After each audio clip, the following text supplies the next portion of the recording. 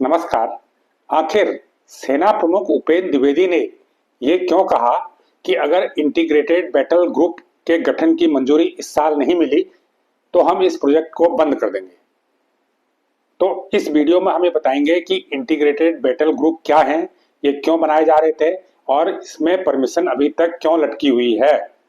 देखिए, आपको याद होगा जब जनरल बिपिन रावत सीडीएस बने थे, चीफ ऑफ डिफेंस स्टाफ बने थे, ये बेसिकली उनका आइडिया था, उनका विचार था कि जो एक फौज की डिवीजन होती है जिसमें 10-12 हजार जवान होते हैं, जब कहीं पर भी कोई ऐसी स्थिति आती है, कहीं पर टकराव की स्थिति आती है, युद्ध की स्थिति आती है, तो पूरे डिवीजन को वहां पर मूव किया जाता है, जिसमें 10 से 12 हजार जवान होते हैं। उसमें इन्फेंट्री के लोग भी होते हैं, उसमें आर्मर्ड फोर्सेस के लोग भी होते हैं, उसमें आर्टिलरी के भी लोग होते हैं, यानी उसमें पैदल सेना, तोपखाना, टैंक सब कुछ होता है। तो वो सारी जो डिवीजन है जो मोर्चे के करीब तैनात की जाती है, वो कम से कम 10 से 12 हजार की होती है। तो उनका ये आइडिया था, उस समय ये इस पर काफी मीटिंगें हुई थी, काफी डिस्कशन हुए थे। उनका ये आइडिया था कि हमें इतनी बड़ी डिवीजन के बजाय 3-4 हजार, 4,500 की फोर्स का बैटल ग्रुप बनाना चाहिए और उस बैटल ग्रुप को इस तरह से डिजाइन किया जाए, उसमें लोग कम हो लेकिन उसकी मारक क्षमता ज्यादा हो। तो ये बेसिकली आइडिया था और ये था कि दो ग्रुप बना दिए जाए, कम से कम पहले दो ग्रुप बना के देखा जाए। एक जो पाकिस्तान बॉर्डर पर रहेगा और एक ग्रुप रहेगा चाइना बॉर्डर पे हाई एल्टीट्यूड एरिया में। तो इसके लिए जो माउंटेन स्ट्राइक कॉर्प है उसके ही से ही ये जवान निकाल कर दो इंटीग्रेटेड बैटल ग्रुप यानी एकीकृत युद्धक समूह बनाने की योजना थी। तो ये योजना पे अभी तक ऐसा नहीं हुआ कि कुछ नहीं हुआ, काम हुआ। और इसके 2020-21 में इसका परीक्षण भी किया गया और अरुणाचल प्रदेश में चीन की सीमा पर इसका ट्रायल भी किया गया। इस तरह के ग्रुप बना के उनका युद्धाभ्यास हुआ, तो ये पाया गया कि वो काफी इफेक्टिव है। और सबसे बड़ी बात यह है कि अगर इस तरह के जो छोटे ग्रुप हैं जिसमें जो पूरी जो नफरी है, जो पूरी सेना की संख्या है, वो 4-4.5 हजार के बीच में रहे और उसमें आपके जो इन्फेंट्री की सेना होगी वो भी होगी, आपका जो तोप वाला डिवीजन होगा वो भी होगा, आपका जो टैंक वाला डिवीजन होगा वो भी होगा। तो वो होगा पूरा एक डिवीजन की तरह, लेकिन उसका आकार छोटा हो जाएगा।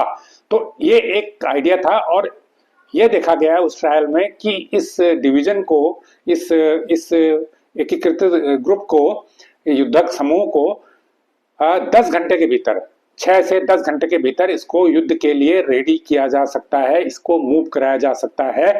जबकि कोई डिवीजन अगर मूव करता है तो उसे कम से कम 24 से 48 घंटे का समय एक्शन लेने में लग जाता है, मूवमेंट करने में लग जाता है। लेकिन इस छोटे ग्रुप को आप 6 से 10 घंटे के भीतर मूव करा सकते हैं और त्वरित कार्रवाई कर सकते हैं। तो ये इसका सबसे बड़ा फायदा था। तो लेकिन उसके बाद इसमें ये बात जब सेना प्रमुख उपेंद्र द्विवेदी ने प्रेस कॉन्फ्रेंस के दौरान पूछी गई तो उन्होंने कहा कि देखिए, इस ग्रुप को लेके लगातार मिनिस्ट्री के सामने प्रेजेंटेशन हो रहे हैं, लगातार इस बात को रखा जा रहा है, सेना इसको आगे बढ़ा रही है, लेकिन इसमें बहुत सारा पैसा इन्वॉल्व है और मैन पावर भी अलग से कुछ हमें चाहिए और इसके अलावा कुछ अलग से इक्विपमेंट की हमें जरूरत है। तो उसमें काफी खर्च इन्वॉल्व है, उसमें काफी खर्च होना है। तो कई लेवल पे ये मंजूरी की इसकी प्रक्रिया चल रही है। तो ऐसे में अगर हम उसका मंजूरी का इंतजार कर रहे हैं और हमें उम्मीद है कि इस साल यानी 2025 में इसको मंजूरी मिल जाएगी, और अगर मंजूरी नहीं मिलती है तो इस साल के बाद हम इस प्रोजेक्ट को ही हमेशा के लिए ड्रॉप कर देंगे। तो क्या इसको उनकी नाराजगी के तौर पर देखा जाए? लेकिन नाराजगी तो नहीं है, लेकिन यह है कि एक सरकारी सिस्टम में ये होता है कि अगर कोई प्रोजेक्ट अप्रूव नहीं होता है तो फिर उसको आप टाल देते हैं हमेशा के लिए कि भाई नहीं, ये फिजिबल नहीं है, ये पॉसिबल नहीं है, इससे इतना नुकसान हो रहा है या इससे इतना ज्यादा खर्च बढ़ रहा है। तो ये सारी चीजें देखी जा रही हैं और इसलिए उन्होंने स्पष्ट कहा कि इस साल हम कोशिश कर रहे हैं कि इसे मंजूरी मिल जाएगी। अगर नहीं मिलती है तो फिर हम इसको प्रोजेक्ट को हमेशा के लिए बंद कर देंगे, एकीकृत युद्धक समूह बनाने का मामला हमेशा के लिए टाल दिया जाएगा। तो लेकिन क्या इससे कोई नुकसान है? देखिए, नुकसान तो ऐसा कुछ नहीं है, लेकिन यह है कि इस समूह को बनाने के पीछे जो सोच थी वो सोच यही थी कि कैसे इस युद्ध को, कैसे युद्ध की सेना की जो मारक क्षमता है उसको में इजाफा किया जाए और उन्हीं जो सैनिक हैं उन्हीं सैनिकों को बदलाव करके उसकी रिस्ट्रक्चरिंग करके उसी की क्षमता को बढ़ाया जाए। तो ये एक इसके पीछे मूल धारणा थी। फिलहाल अब इसको लेके मामला लटका हुआ है। हमें देखना होगा कि इस साल इसे मंजूरी मिलती है या फिर प्रोजेक्ट हमेशा के लिए बंद हो जाता है। ये वीडियो आपको कैसा लगा? जो लोग उसको चैनल को पहली बार देख रहे हैं उसको लाइक करें, सब्सक्राइब करें और शेयर भी करें। धन्यवाद।